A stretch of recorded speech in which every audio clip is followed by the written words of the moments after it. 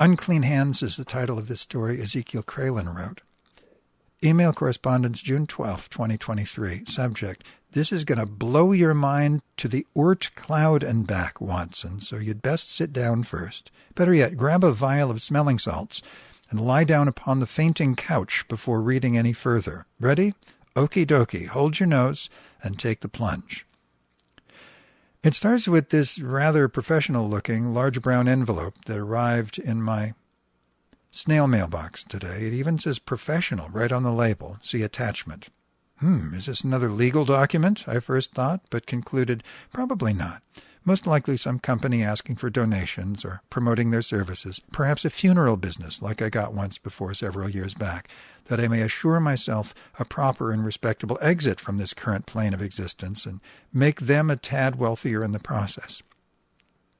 I had just returned from Trader Joe's, so dropped the envelope into my grocery bag and marched on upstairs. Once hovel, after placing 2 containers of highly perishable guacamole into the refrigerator, leaving everything else dumped onto my cot for the nonce, I sat myself down to tear open the envelope.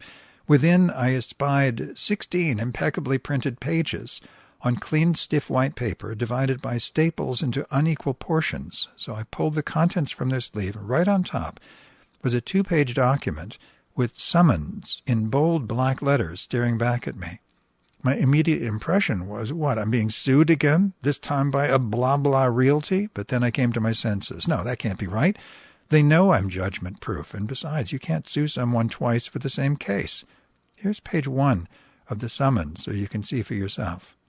Notice it says right at the top, you are being sued by cross-complainant, a blah-blah realty, but then look at the bottom section entitled Notice to the Person Served, where the cross-complainant is supposed to tick off at least one of the boxes. No check marks, though. And right above that, both the date and the clerk's signature are also left blank. Proof of delivery is page 2 of the summons, sent to both my faux dog bite plaintiff's attorney and yours truly. So then I looked over at the answer to plaintiff documents, 5 pages total, to discover that a blah-blah's attorney is suing the fuck out of my plaintiff, and I suppose plaintiff's attorney. Therefore, the summons is simply there keeping me updated, because even though I can't be sued, I am the original main defendant in this case, but a blah-blah can be sued for all the charges dumped on me, as they are liable in some ways by virtue of being the property owner. There are a total of 13, I love that number, affirmative defense points in these cross-complaints that in general accuse my plaintiff of wrongful or crudely exaggerated charges. You'll notice as you read each one, they're pretty much a parallel to my own list of complaints and my general denial. Therefore, had I not emailed a blah-blah's attorney with a copy of my complaints, they would not have been able to proceed with this impressive litany of cross-complaints. I was wondering if he even read my email, but obviously he has, and it's good legal procedure for him to not acknowledge my receipt with even a simple thank you in order to keep things tidy, and not implicate this attorney in showing any favoritism toward this shrewd pilgrim.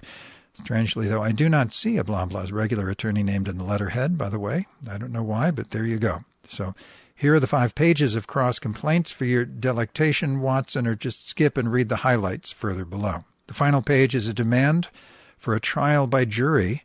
This should scare them off. And the arbitration, case management date set by my plaintiff's attorney is still a ways off, August 23rd, but it looks to me like a blah-blah et al. Are not interested in arbitration, exactly how I wanted them to respond. Huzzah! There are 4 legal terms in these cross-complaints that piqued my curiosity, so I looked them up on one of countless legal websites to discover what each one means. Begin. 1. Affirmative defense. An affirmative defense is defense in which the defendant introduces evidence which, if found to be credible, will negate criminal liability or civil liability, even if it is proven that the defendant committed the alleged acts. The party raising the affirmative defense has the burden of proof on establishing that it applies.